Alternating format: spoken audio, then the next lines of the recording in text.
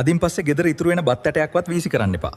ඩිහයිඩ්‍රේට් එකෙන් පුළුවන් මේ බත් වලින් කටට රහට හැපෙන සුපිරිම බයිට් එකක් හදන්න. අපිට ඕනේ ඉතුරු වුණු බත් ටිකකුයි ලුණු, ගම්මිරිස් සහ කෑලි මිරිස් ටිකක් විතරයි. මේ ටික දාලා බත් එක හොඳට කලවම් කරගන්න.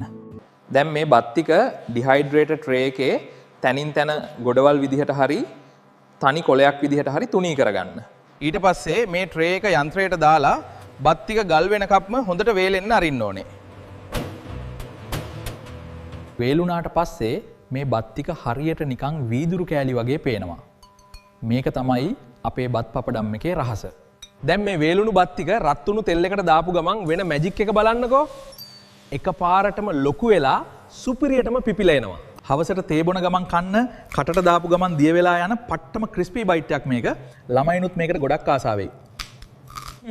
ඉතුරු වෙන බත් වලින් මේ වගේ මැජික් එකක් කරන්න පුළුවන් කියලා ඔයා දැනගෙන හිටියද? මේ අදහස ගැන ඔයාගේ කමෙන්ට් එකක් දාගෙනම යන්න.